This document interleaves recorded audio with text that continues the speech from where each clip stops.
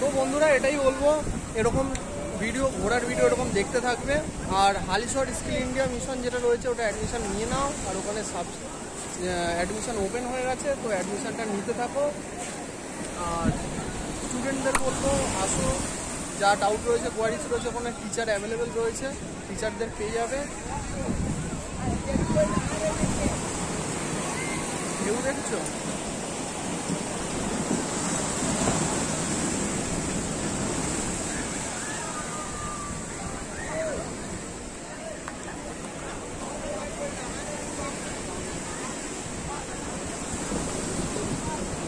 কোনো শেষ নেই, কেউ আসতেই থাকবে।